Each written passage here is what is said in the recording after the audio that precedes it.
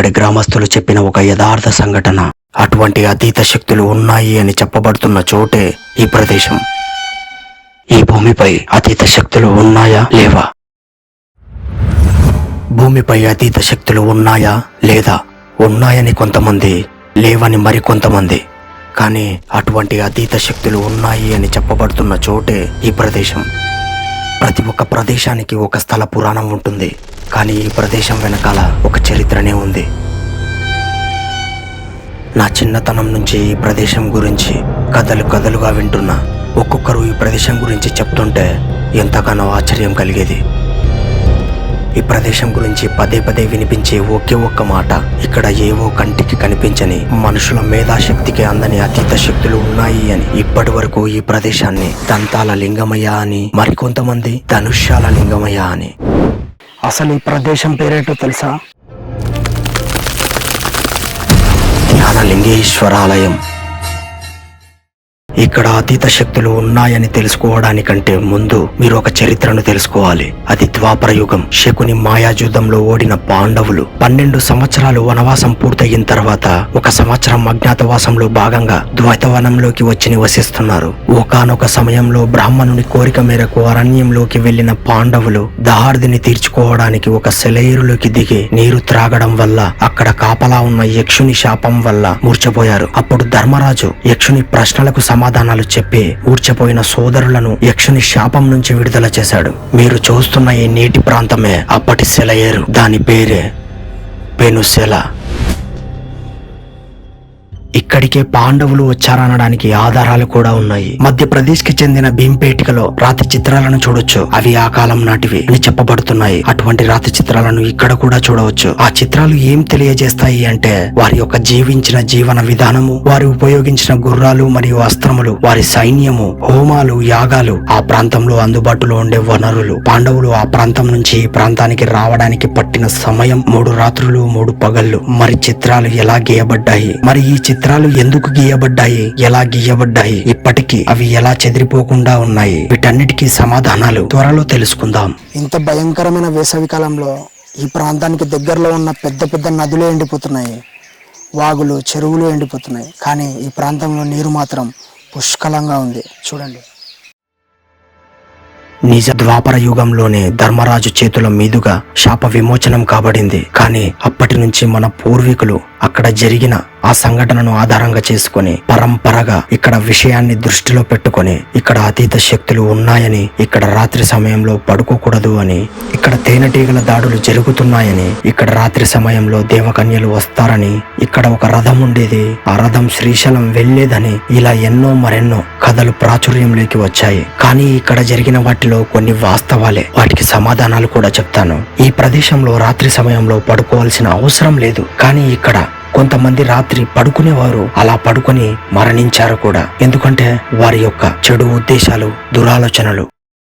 ఇక్కడి గ్రామ ప్రజలు చెప్పిన మాటలను బట్టి మాకు అర్థమైన విషయం ఏంటంటే ఇక్కడికి వచ్చిన వాళ్ళల్లో కొంతమందికి మాత్రమే ఆ శక్తి యొక్క ప్రభావం చూపుతుంది. ఎందుకంటే దేవాలయాన్ని గుప్త నిధుల కోసం నాశనం చేశారు, గర్భగుడిలో ఉన్న విగ్రహాలని పగలగొట్టారు. అంతేకాదు ఇక్కడ ఉన్న ఆలయాన్ని పునాదులు, ఆనవాళ్లు లేకుండా చేశారు. కానీ ఒక్కటైతే నిజం, ఇక్కడ అంతు చిక్కని అతీత శక్తి ఉన్నప్పటికీ మన ప్రవర్తనను బట్టి ఆ శక్తి యొక్క ప్రభావం ఉంటుంది. ఇక్కడ ఉన్న వాటికి అంతరాయం కలగనంత వరకు ఎవరికి ఎటువంటి ఆపద ఉండదు. ఏదైనా దురాలోచనలో ఇక్కడికి వస్తే తప్పకుండా భారీ మూల్యం చెల్లించవలసిందే. ఇక్కడి గ్రామస్తులు చెప్పిన ఒక యథార్థ సంఘటన. కొంతకాలం క్రితం కొంతమంది గుప్త నిధుల కోసం ఇక్కడికి వచ్చారంట. అది అర్ధరాత్రి సమయం.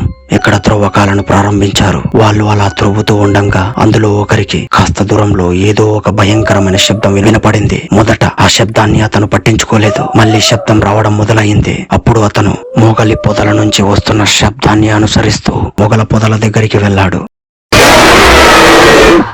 ఏమైందో ఏమో తెలీదు కానీ పిచ్చి పట్టినట్టుగా వింత చేష్టలతో గట్టి గట్టిగా అరుస్తూ వేగంగా పరిగెడుతున్నాడు.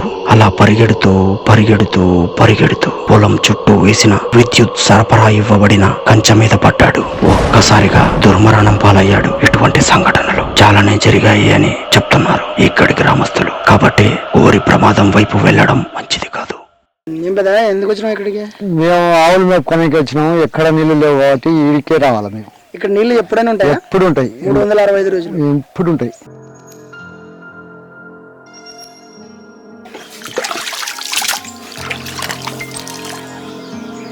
ఇప్పటికీ ఈ కోనేరులో ఉన్న నీటిని ఇక్కడి జనం త్రాగడానికి ఉపయోగిస్తున్నారు.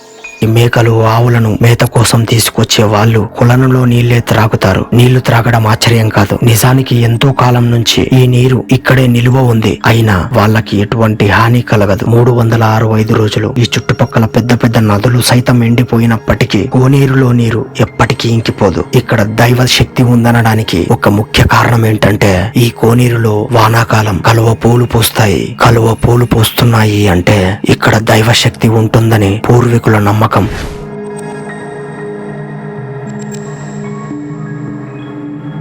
ఇక్కడికి వచ్చినంబడే మాకు ఒక స్వరంగం లాంటి మార్గం కనబడింది.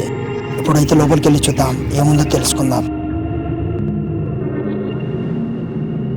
ఇక్కడ కొన్ని మూఢనమ్మకాలు ప్రాచుర్యం కాబడ్డాయి. ఇక్కడ కనపడుతున్న భూగృహం నుంచి దేవతలు శ్రీశైలం వెళ్లేవారని చెప్తుంటారు. ఇక్కడ పిల్లవాడు రథం నుంచి శ్రీశైలం వెళ్లాడు, దేవతలను చూశాడు అని చాలా మంది పూర్వీకులు చెప్తుంటారు. కానీ నిజానికి అవన్నీ వాస్తవాలు కాదు. పూర్వం యోగ సాధనకు పెద్ద పెద్ద వృక్షాల పైన, నీటిపైన, నీటి లోపల, గాలిలో, అగ్నిపైన ఇలా భూగృహాల్లో యోగ సాధన చేసేవారు. యోగ సాధనలోనే అతి క్లిష్టమైనది కుండలిని. కుండలిని జాగృతం చేయాలి అంటే భూమిపై అది సాధ్యపడదు. భూమిపై ఉన్న గురుత్వాకర్షణ వల్ల కుండలిని పొందడం అసాధ్యం.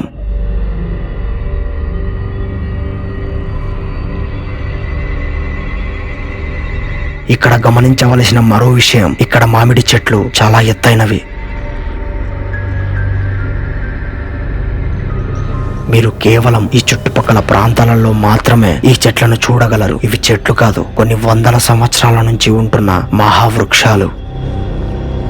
మన పూర్వీకులు ఏదైనా విషయం వెనకాల ఎంతో అనుభవం, ఎంతో విశ్లేషణ దృష్టిలో ఉంచుకొని ఒక విషయాన్ని చెప్పడం జరుగుతుంది. ఈ ఆధునిక యుగంలో మనం వాటిని నమ్మకపోవచ్చు. అంత మాత్రాన అవి జరగలేదని కాదు, అవి పూర్తిగా అంతరించిపోయాయని కాదు. కాబట్టి మన మూర్ఖత్వంతో వారి మాటలను నిర్లక్ష్యం చేసి ప్రాణాలపైకి తెచ్చుకోవడం మనకే మంచిది కాదు.